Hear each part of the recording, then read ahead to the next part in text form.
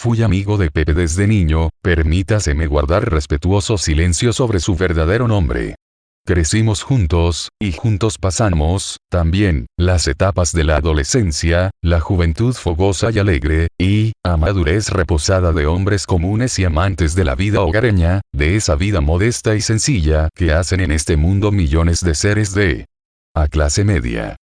Ambos, igualmente, pudimos disfrutar de una educación esmerada para asegurar una vida cómoda y respetable que, sin estar exenta de las luchas y problemas comunes a la generalidad, nos permitió formar hogares dignos. Pepe y yo tuvimos la suerte de encontrar esposas buenas, comprensivas, hacendosas, y aunque no llegó a tener hijos, como yo, había disfrutado de 30 años de vida conyugal verdaderamente feliz. Con laboriosidad y honradez logró reunir lo preciso para rodear a su esposa de los elementos suficientes para una vida tranquila, y en los últimos años de su matrimonio gozaron de la comodidad de una casa propia, rodeada por amplio y hermoso jardín. Así llegó el momento en que el destino dispuso la separación de los dos cónyuges. Una noche de manera intempestiva, dejó de latir el corazón de su dulce compañera, y desde ese instante cambió la vida de mi amigo por completo. Siempre había sido aficionado al estudio de lemas profundos. Conocía a fondo la psicología, la filosofía y la metafísica. Las más de las veces, dedicaba largas horas a la investigación del pasado de la humanidad y en la resolución de problemas relacionados con la vida y con el cosmos. A la muerte de su esposa, después de los primeros días del fatal impacto, se había encerrado en su casa, en medio de sus recuerdos y sus libros, siendo para mi tarea tremenda el lograr sacarlo, de rato en rato, para procurarle alguna distracción. Transcurrieron varios meses desde el sepelio de su señora, y nuestra amistad, cada vez más estrecha y más íntima, hizo que nos viéramos y pasáramos juntos largas horas todos los días. Llegó a ser cotidiano compañero de mesa de los míos, y mis hijos se acostumbraron a tratarlo como el tío Pepe, y a esperar su llegada con gran interés, porque siempre tenía alguna historia amena y divertida que contar. Así las cosas, hace de esto apenas 2 meses, nos sorprendió no recibir su acostumbrada visita. Esperamos hasta tarde para almorzar, y como no llegara, llamé repetidas veces por teléfono a su casa, sin obtener respuesta. Sabíamos que desde la muerte de su esposa, tenía solo a su servicio un antiguo mayordomo. Pero se había habituado a cerrar con llave todas las puertas de la residencia cada vez que salía, y aún en la noche, permanecía encerrado en la casa, pues el criado tenía un departamento aparte, en el jardín, sin comunicación alguna con el resto del edificio, ni con el teléfono. Como el resto del día no lograra comunicarme con él, esa noche insistía en mis llamadas, con idéntico resultado. Nos extrañaba aquel silencio, tan desusado, y sabíamos por experiencia que no acostumbraba pernoctar fuera. Por tales razones, al no lograr comunicación a la mañana siguiente, fui en su busca. Encontré al mayordomo nervioso y profundamente extrañado. No sé nada del señor, me dijo. Anteanoche llegó a la hora de costumbre, cerró las puertas como siempre, y no lo he visto en todo el día. Ni a la hora del desayuno. Tampoco. No ha abierto las puertas en ningún momento. Guardé silencio. Una sospecha cruzó por mi mente. Busqué en mi llavero las llaves que Pepe me diera a poco de morir su esposa. En esa ocasión me había dicho: tómalas para que puedas entrar cuando gustes. Si alguna vez no abriese las puertas como todos los días, hazlo tú por mí, y si me encontrarás muerto, cumple las indicaciones de un sobrelacrado que hay en el cajón central de mi escritorio. Con tales pensamientos ingresé a la casa acompañado por el criado. Todo estaba en perfecto orden. Incluso la cama no había sido descubierta, pero el cobertor arrugado denotaba que el cuerpo de una persona había reposado sobre ella sin destapar las ropas. Junto al sillón, el cenicero del velador estaba lleno de colillas. Se comprendía que esa noche estuvo fumando mucho. Pero ningún indicio de su paradero. Cada vez más intrigado, luego de buscar por todas partes en la esperanza de hallar algún papel, alguna nota que hubiese podido arrojar luz sobre su extraño proceder, tan fuera de su diaria conducta, llamó por teléfono a las personas con quienes hubiera posibilidad de saber algo. Nadie lo había visto desde días antes. En cuanto al mayordomo, aseguraba haber hablado con él aquella noche, sin haber notado nada extraño en sus palabras o actitudes. Yo no sabía qué pensar. Conociendo íntimamente el carácter y los hábitos de mi amigo, no podía aceptar la idea de una aventura romántica o sexual, especialmente en aquellas circunstancias, pues el mayordomo aseguraba haber visto prendida la luz de su dormitorio hasta medianoche, hora en que se quedó dormido. Por otra parte, la casa dista mucho de la ciudad y el único medio de comunicación con ella es por la carretera central, y la pista a Monterrico en automóvil. Y Pepe no había sacado, tampoco, su carro del garaje. Discurríamos por el jardín, tratando de encontrar soluciones a tan extraña desaparición, cuando reparé en ciertos detalles que, al principio, no llamaran mi atención. En la parte central de aquella superficie cubierta de gras, sobre una extensión de unos 15 a 20 metros de diámetro, aparecía la hierba quemada en un amplio círculo en cuyo centro se apreciaba, también, las huellas de aplastamiento dejadas por algún artefacto grande y suficientemente pesado como para imprimir sobre el suelo 4 grandes agujeros. ¿Quién ha hecho esto?, le pregunté al mayordomo. No sé, señor. ¿Desde cuándo están estos huecos acá? No sé, señor, es la primera vez que los veo. ¿Y esa hierba quemada? Yo no la he quemado, señor. ¿Y don Pepe? No lo creo porque hace mucho que no baja al jardín. Miré largamente al hombre en silencio. Estaba nervioso, pero hablaba con franqueza. Lo conozco de años, y siempre fue serio y honrado. Dábamos vueltas en torno de aquellas misteriosas marcas y cada vez nos resultaba más confuso y enigmático todo ello. Habían pasado 2 horas desde mi llegada. Tenía asuntos urgentes que atender en la capital y opté por regresar a Lima. Esta vez, antes de abandonar la casa, cerré con llave todos los compartimientos interiores, dejando abierta la comunicación con el teléfono, y le di instrucciones al mayordomo de comunicarse diariamente conmigo en caso de que Pepe tardase en regresar. Por el trayecto, durante la media hora que se emplea desde Monterrico hasta Urna, trataba de hilvanar mis pensamientos y encontrar una respuesta lógica a lo que estaba sucediendo. Mi intimidad con Pepe, que no tenía secretos para mí, hacíame presumir que si hubiera mediado en él algún plan preconcebido, algo de ello me habría dejado entender. Sin embargo, nada hubo en su actitud diaria que pudiese relacionar con lo que estaba sucediendo. Y si esa noche hubiera salido en forma normal de su casa, habría necesitado el carro, que permanecía guardado en el garaje. Cabía suponer, en todo caso, que otra persona o personas lo hubiesen recogido. Pero eso no podía haber sido sino después de las 12 de la noche, porque el mayordomo aseguraba haber estado despierto, escuchando la radio hasta esa hora, y que antes de dormirse había visto prendidas las luces del dormitorio de Pepe. Si alguien lo hubiese buscado pasada esa hora, habría tenido que hacer sonar el timbre de la puerta exterior del jardín, y ese timbre se comunica directamente con el departamento del mayordomo. Cabía pensar, aún, que mi amigo hubiera estado de acuerdo con alguien para que fuera por él. Pero en tal caso habían convenido en no hacer ningún ruido perceptible por el criado. Esta deducción tomó cuerpo en mí al recordar que no se había acostado y que el cenicero del velador estuviera lleno de puchos. Ello sugería un plan premeditado por él. De ser cierto, los hechos debían relacionarse con alguna faceta de la vida íntima de mi amigo que yo desconocería. Esto no era lógico para mí. Al menos así lo quería entender, por la profunda y amplísima confianza existente entre ambos. Cuando llegué a mi casa a la hora del almuerzo, la situación no había cambiado. Ninguna noticia de Pepe, y en mi fuero interno iba cobrando fuerza la sospecha de que existiera en su vida algún secreto, guardado tan celosamente, que ni yo, su confidente, lo conocía.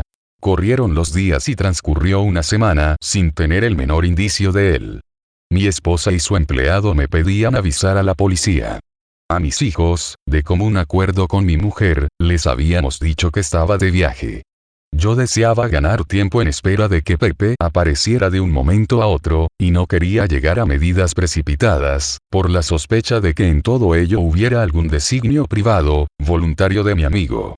Varias veces estuve tentado por abrir el sobre lacrado que dejara en el cajón de su escritorio.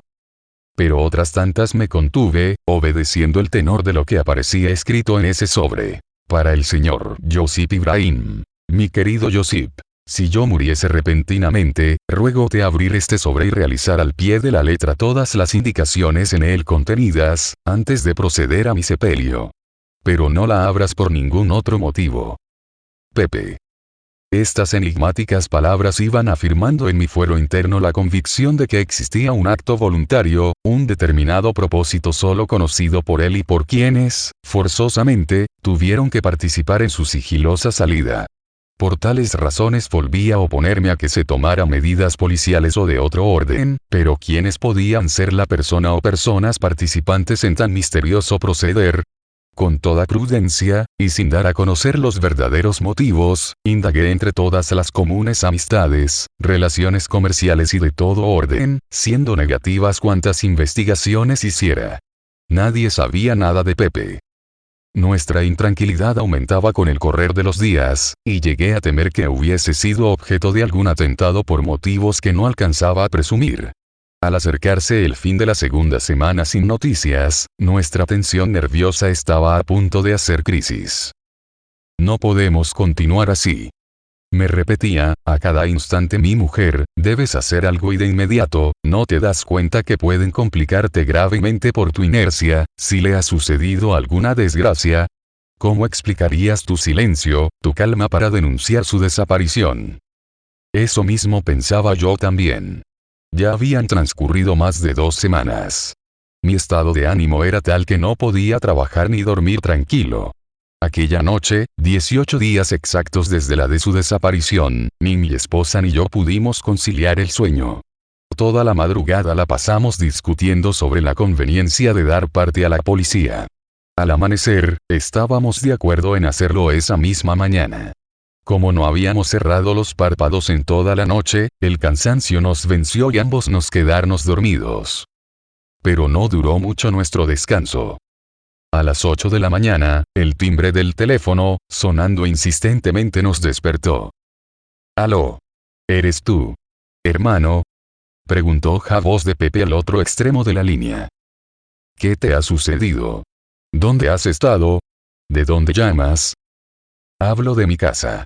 Estoy bien, pero no puedo explicarte nada por teléfono. Necesito hablar urgentemente contigo, a solas. No le digas nada a nadie.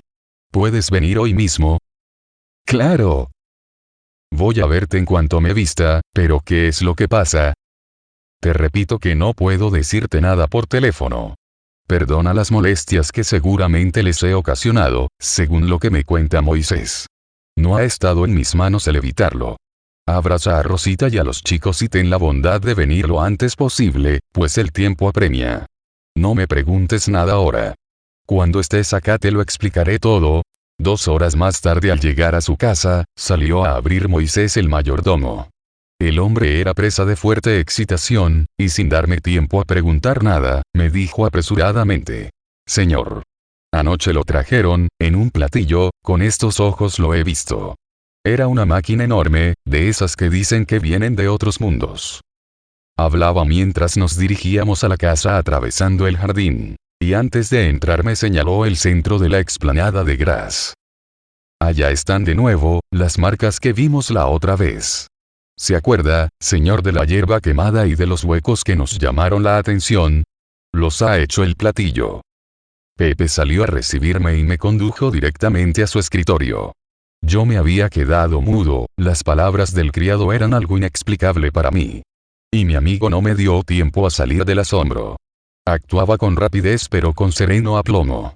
Como viera, en mis ojos, la emoción que me embargaba, sonrió. «Te voy a servir un whisky. Comprendo lo que te pasa», me dijo, «y necesitas estar tranquilo, para que puedas poner toda tu atención en lo que debo explicarte». «Pero, ¿qué significa eso del platillo?».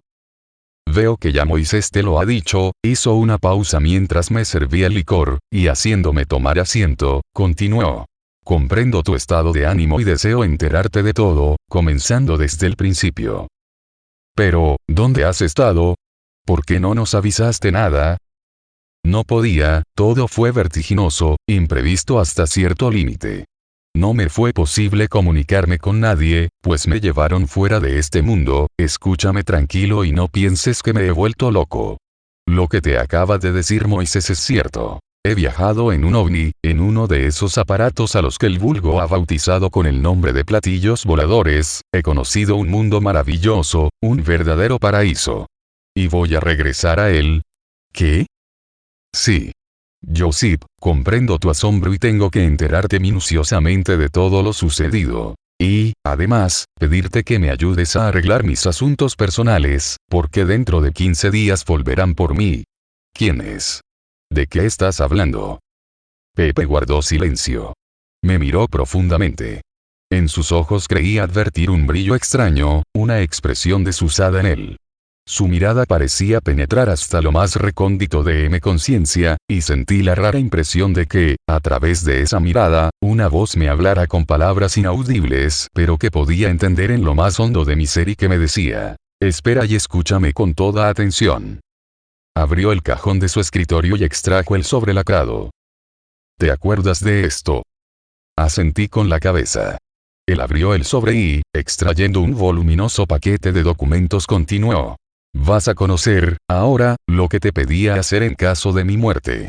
Las circunstancias han cambiado en forma tan imprevista. Los hechos a que voy a referirme han modificado de tal manera mi vida, que voy a poner en práctica todo lo que en este sobre te indicara. Con la única excepción de aquellos detalles que se referían a mis instrucciones post-mortem, que ya no van a ser necesarias. Pero antes, prométeme guardar el más estricto secreto, mientras yo permanezca acá. Sobre todo lo que ahora vas a conocer, secreto que mantendrás hasta que yo me haya ido de este mundo. ¿Estás hablando en serio? Enteramente, y por eso te pido que guardes el más absoluto silencio sobre todo lo que vas a conocer y sobre los pasos que ambos hemos de dar en estos días. No me interrumpas. Voy a revelarte un detalle íntimo de mi vida que nadie conoce en este país. Lee esto. Me alcanzó un documento que había extraído del sobre. Era algo así como un diploma, escrito en lenguaje que yo no conocía, y adornado con extraños símbolos y figuras orientales. Está escrito en sánscrito, me dijo, y es el título de admisión en una antiquísima orden esotérica secreta, a la que pertenezco desde hace más de 30 años.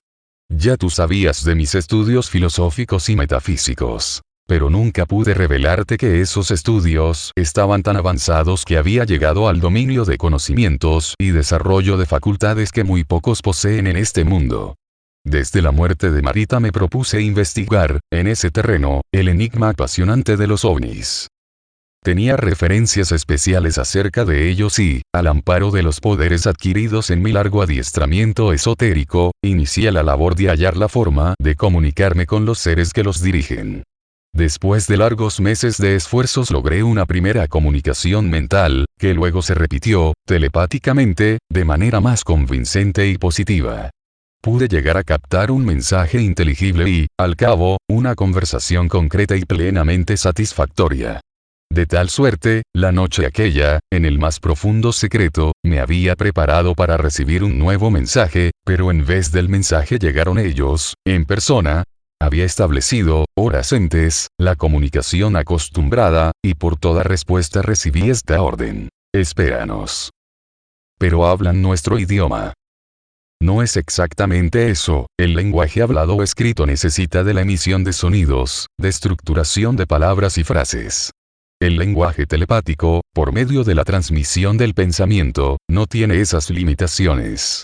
El pensamiento se manifiesta a través de ondas electromagnéticas parecidas a las que emplean la radio y la televisión, y que, en verdad, se encuentran muy cerca de estas en lo que podemos llamar la escala cósmica de frecuencias. Nuestro cerebro, y todo el sistema nervioso, pueden ser comparados con un sistema transmisor-receptor, de una sutileza y ciudad muy superiores a todas las máquinas creadas por el hombre. De tal manera es posible comprender cómo se producen los fenómenos de ideación, o formación de imágenes internas dentro del circuito cerrado que constituye nuestro cuerpo, en otras palabras, cómo pensamos. Y también la posibilidad de emitir esas ondas y de recibirlas, según sea la potencia y la habilidad que se tenga para efectuar ese trabajo. ¿Me comprendes? Así nos entendimos. 2 horas más tarde, en la madrugada, una luz poderosa iluminó el jardín y vi descender, suavemente, la máquina. ¿Cómo son? Muy parecidos a nosotros, aunque poseen características especiales, diferencias propias a un desarrollo evolutivo con 1.000.000 de años, aproximadamente, más adelantado que el nuestro, pero permíteme continuar, que en su momento, conocerás todos esos detalles. Debo confesarte que, pese al fuerte dominio propio a que estoy acostumbrado, como fruto de la férrea disciplina que seguimos en la Orden, la presencia de aquella nave extraterrestre en mi jardín me produjo una viva emoción. Salí a la puerta y esperé.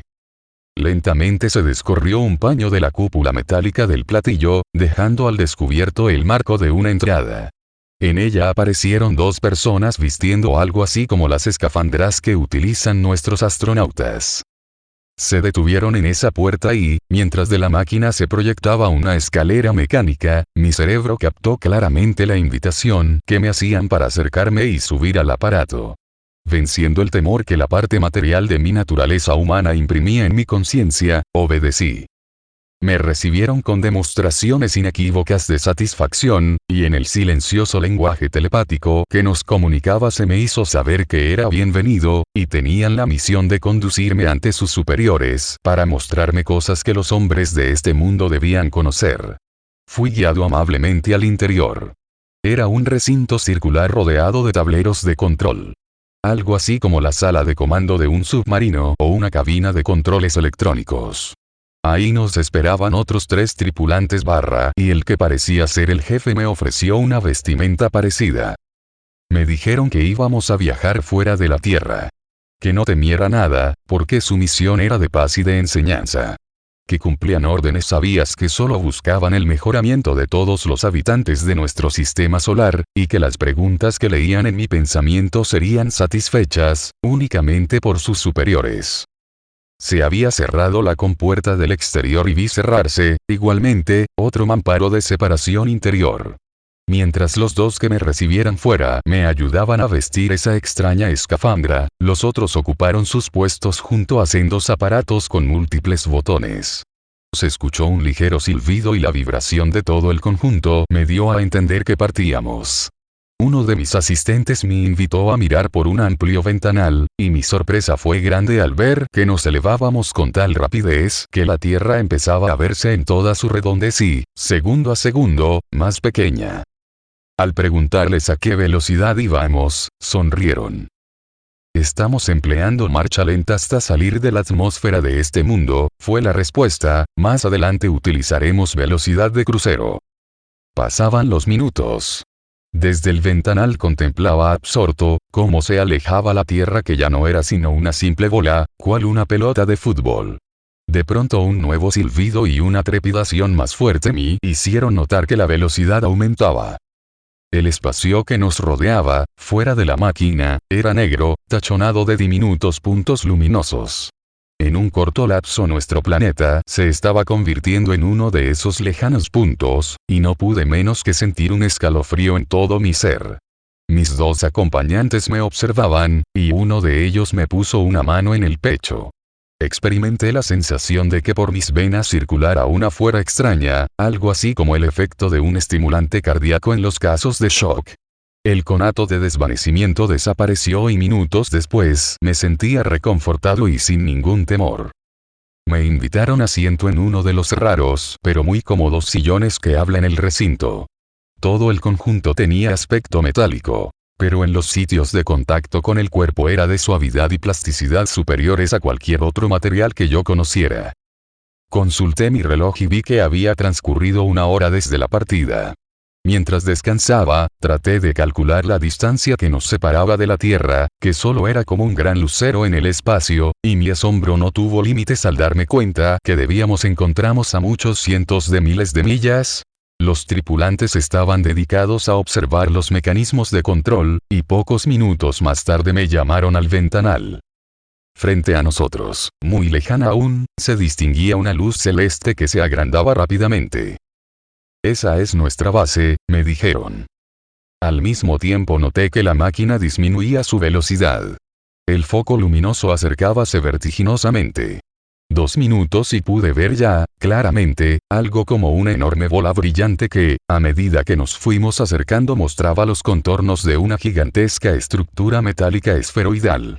Nuestra nave fue disminuyendo la rapidez de su vuelo, y pocos segundos más tarde girábamos en torno de aquella mole suspendida en el espacio. Podía apreciarse una serie de extrañas construcciones, posiblemente edificios, y otros aparatos iguales al que ocupábamos, ordenadamente alineados en lo que supuse sería una pista circular de estacionamiento.